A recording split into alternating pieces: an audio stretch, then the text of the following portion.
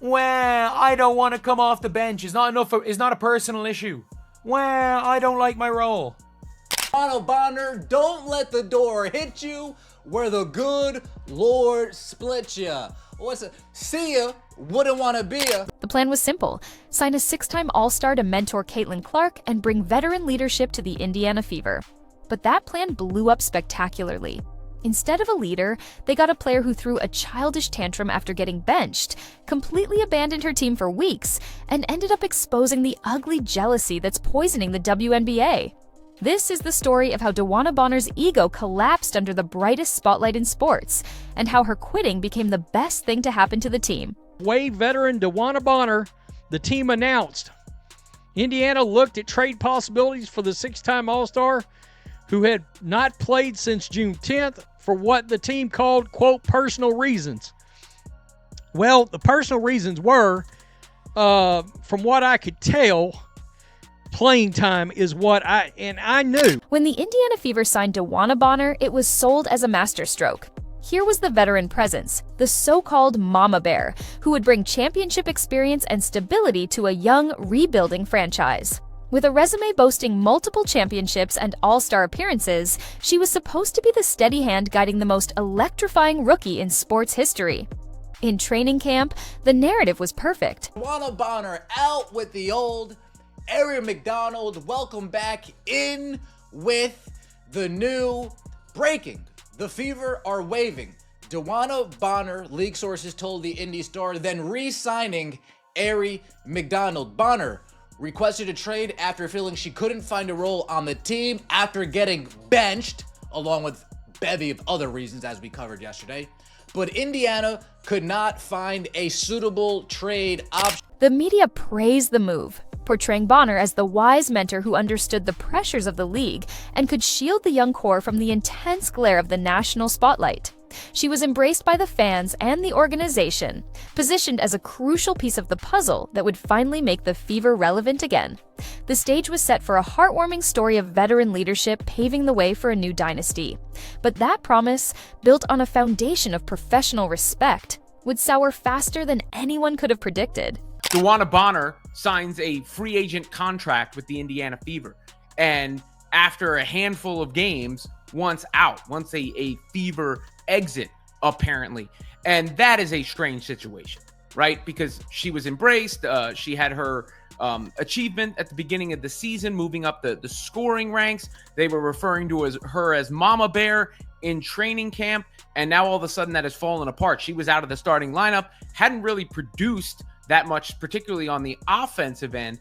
And this, looks poor on the franchise when it comes to the free agent moves in retrospect. The team that they put together in the offseason. I don't think it reflects well on DeWanna Bonner, whose absence was for quote-unquote personal reasons, but now it seems like she was just upset with the team and the situation overall, and it adds more drama to what has been a drama-filled season for Caitlin Clark and the Indiana. The dream of veteran leadership evaporated the moment the season began. Bonner started the first 3 games and was, to put it bluntly, a ghost on the court. She wasn't just struggling, she was a liability. In those starts, she averaged a pathetic 2.6 points while shooting an embarrassing 2 for 12 from the field. She looked slow, unenergetic, and completely out of sync with the fast-paced offense that Caitlin Clark was trying to ignite. This wasn't a slump, it was a regression. Her minutes had significantly dropped from last year. Well, in turn, if her minutes drop, a lot of her production numbers that she can see and the rest of the league can see also dropped with it. Look, she's just like Natasha Howard. She looks old on the court. All right, I'm not trying to be this is not ageism. She looks like an older athlete.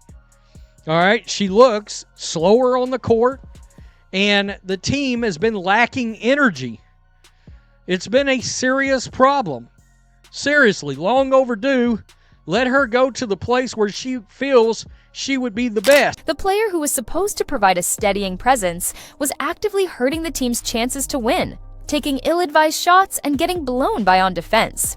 Coach Stephanie White was left with no choice. She made the obvious, logical decision any competent coach would make. She benched Bonner in favor of Lexi Hull, a younger, hungrier player who actually contributed to winning basketball with her hustle and three-point shooting. That single coaching move, meant to save the team, instead lit a fuse, and the explosion that followed would rock the entire franchise. She couldn't fit with the rotations of the team. She's upset that Lexi Hall took her spot. That's the truth. Little blonde girl from next door, took her spot. That's what it was.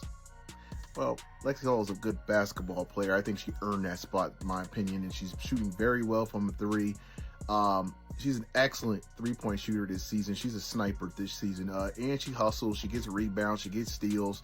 She puts her heart out every single game. Suddenly, DeWanna Bonner vanished. Following her benching, the team announced she would be away for personal reasons, a vague corporate phrase that immediately raised red flags across the league. One game turned into 2, then 3, 4, and 5. For weeks, one of the team's highest-paid veterans was completely MIA, offering no public explanation and no timeline for her return. She had completely abandoned her teammates, leaving them to face a grueling schedule and intense media scrutiny without her. So DeWanna Bonner pulls one of the weakest moves in sports history and quits on the Indiana Fever, not even halfway through this season, man. Your ass couldn't hit the fucking side of a barn and was stinking it up every game, and you're mad about a starting spot or some bullshit? Completely lost all respect for your punk ass, man. And now your preferred destination is the Phoenix Mercury and the Dream. Oh, what? So you can go back with Alyssa Thomas and Scissor? What the fuck kind of bullshit is this? And then all the people that hate Caitlin Clark so much, the Black Clan and Black Clan Panders, are sitting here supporting this weak-ass move. Y'all call yourselves real so much and all this bullshit, and you're defending a player quitting. While the team was trying to build chemistry on the fly, a key piece was missing, and the silence was deafening. Fans were left to speculate, but the truth was far worse than anyone imagined. This wasn't a family emergency or a health crisis, it was a tantrum. While her team was battling on the court, Bonner was at home, pouting over her reduced role and plotting her escape. The personal reasons were entirely personal to her own ego. Bonner, don't let the door hit you where the good Lord split ya. What's it? See ya, wouldn't want to be ya, right? I'm not telling you gotta go home, but you gotta get up out of here. DeWanna Bonner out with the old. Aaron McDonald, welcome back in with the new breaking. The Fever are waving. DeWanna Bonner, league sources told the Indy Star, then re-signing Ari McDonald. Bonner requested a trade after feeling she couldn't find a role on the team after getting benched, along with bevy of other reasons as we covered yesterday. But Indiana could not find a suitable trade option. My first reaction. As the silence dragged on, the shocking truth was revealed. Bonner's absence had nothing to do with off-court issues and everything to do with on-court entitlement. She was reportedly furious that she had been benched. The mama bear couldn't handle not being in the starting lineup. She couldn't accept that Lexi Hull, a younger and at that moment better player, had earned her spot. This wasn't about what was best for the Indiana Fever. It was about what was best for DeWanna Bonner's pride. So the truth is, DeWanna Bonner was butthurt. That's what it comes down to. She was butthurt, her ego was bruised, and she wanted to cry and leave. This is a shame. See, if you're truly a team player, you accept that Lexi Hull's better than you. You accept being a role player and contribute of the way you can. And why do you even care at this point? You're 37 years old. You're making a lot of money for a WNBA player. Why not just ride it out? I don't understand that. You know what it was? She missed her boo thing in Phoenix, and she just want to wiggle her way out so she can go to Phoenix. That's all it was. She had signed up thinking she would be a star, only to find herself on a team where a 22-year-old rookie was the entire solar system. Every sold-out arena, every TV ratings record, every screaming fan, none of it was for her. It was all for Caitlin Clark. And instead of embracing the chance to be part of something historic, she resented it. Her actions exposed a player who couldn't stand being a supporting character in someone else's blockbuster movie. Get here. Long story short, DB thought her role was going to be one thing. She came in playing terrible, got benched, and was upset about it. Long story short, Shorty got her record and dipped. That's low-key crazy, y'all. Shorty dipped from the team for personal reasons for 5-6 games and then said she has no intentions on coming back? Because you sucked this year? She really had to be a double agent, dog. There's no way. She a career 29% three-point shooter, but she was shooting 30-footers with us. No bullshit. Like, it's no way. She was missing layups. She was getting blown by, like... Bonner's childish meltdown wasn't an isolated incident. It was a symptom of a much larger disease infecting the WNBA, the bitter old guard mentality. For years, a faction of veteran players has coasted in relative obscurity, comfortable playing in half-empty arenas. Then, Caitlin Clark arrived and turned their quiet league into a global phenomenon. Instead of celebrating this unprecedented growth, many of these veterans saw it as a threat. They couldn't stand that a rookie was making them irrelevant, so they resorted to cheap shots, on-court aggression, and bitter public comments, unable to cope with the fact that their years of paying dues meant nothing in the face of true superstardom. DeWanna Bonner, who should have been a bridge between the old and new eras, chose to become the poster child for this toxic mindset. She embodied the professional jealousy of a generation that would rather see the league fail than watch a newcomer succeed on a scale they could only dream of. McDonald back, that's good business. Glad she's back. I knew she was waiting after all those hardship contracts were being signed by different players on different teams. I was like, man, look, Ari not on a team yet. She's coming back. Anyway, it was pretty evident that Bonner did not want to be a part of this team. The fans seemed to take her in, but that wasn't enough. The fact Bonner had zero trade value is telling too. Ari McDonald was so impressive in her first stint in Indiana. She'll be a great fit. Now, I do feel like maybe they couldn't find a way to trade Bonner. Like I stated, the two teams she wanted to go to, I didn't see any use for her being there, man. Like, I'm not being disrespectful. There was just no use for her there. And she still wasn't going to start. So, I don't know, man.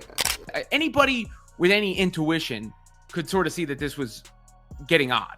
The amount of time that she had missed, with no explanation as to why, no timeline on her return, not making the road trip, all of these things, the lack of information and the basic mystery would be enough to get anybody's spidey sense tingling about this situation. But on top of that, I'll tell you this much. I heard that it was more basketball related than anything else over the weekend. Her plan to force a graceful exit backfired spectacularly. Bonner demanded a trade, likely expecting her veteran status and all-star resume would make her a hot commodity. She was wrong. The league looked at her poor performance, her public disappearing act, and her clear attitude problem, and nobody wanted her. The Indiana Fever couldn't find a single suitable trade partner. Her stock had plummeted so badly that she had zero trade value. With no other options, the Fever simply waived her, cutting their losses and ending the drama in the most unceremonious way possible. It was a humiliating end to her short tenure. To make matters worse, her reported preferred destinations, Phoenix and Atlanta, only confirmed her motives. She was trying to run to teams with other players known for their animosity towards Caitlin Clark, choosing to align herself with the league's haters rather than being part of something positive and transformative. And there's been so much speculation around her absence, but the whole thing was just kind of bizarre, and a lot of Fever fans were speculating that we're not going to see her back. And just today, it was announced that she has no intentions on returning to the Indiana Fever, and her preferred destinations are either Atlanta or the Phoenix Mercury. It's also been reported that the main reason that she wanted to leave is because things felt off from the beginning and she thought that she would be a starter. But if you guys remember, DB was starting in the beginning of the season, and she honestly just wasn't playing her best, so Lexi Hall moved into that starting position. Just as the door closed on Bonner, it opened for a player who was everything she wasn't, Ari McDonald. McDonald had been with the Fever briefly on a hardship contract earlier in the season and immediately won over the entire fan base with her relentless hustle, gritty defense, and infectious energy. While Bonner was sulking, McDonald was playing with pure joy and gratitude. She was cut by the LA Sparks in training camp and could have given up, but she seized her opportunity with Indiana, playing like someone who understood the value of every single second on the court. When the team re-signed her to fill Bonner's spot, it sent a clear message. The contrast was stunning. Bonner released a hollow statement thanking the team, a move that felt like an arsonist thanking you for the matches. Meanwhile, Macdonald said, "It immediately felt like the place to be, embracing the exact environment that Bonner ran from." The team's GM said it best, "Aerie fit the style and mentality we are building." That mentality is one of resilience and fight, two things Bonner clearly lacked. DeWanna Bonner knew damn well she didn't want to come to Indiana. She knew she didn't want to be there. She knew she didn't want to be there. I think the fix was in. The Phoenix Mercury didn't have the bread to pay her. She said, "I'm going to get the bag elsewhere, and then I'm going to force my way out to where within the first half of the season before All-Star, Alyssa Thomas, I'm going to be on your team." I think the fix has been in. I think the Phoenix Mercury knew this was going to happen. I think they knew this was going to happen. I think she played bad on purpose. She plummeted her stock to the point where it's not like we could trade her. It's official. It is official, y'all. In the end, DeWanna Bonner's departure wasn't a loss for the Indiana Fever. It was an addition by subtraction. Her selfish act of quitting on her team was one of the weakest moves in recent sports history, a blatant display of an ego that couldn't handle adversity. She wasn't just a bad fit on the court, she was a toxic presence in a locker room trying to build a winning culture. By cutting her loose and embracing a player like Aerie McDonald, the Fever made a powerful statement. They chose hustle over history, gratitude over ego, and the future over a bitter past. Bonner's saga is a cautionary tale for the entire WNBA. The Caitlin Clark era is here, the league is changing, the pressure is real, and the spotlight is brighter than ever. You can either adapt, contribute, and be part of the rise, or you can cling to your pride and get left behind. The choice is yours, but the train is leaving the station.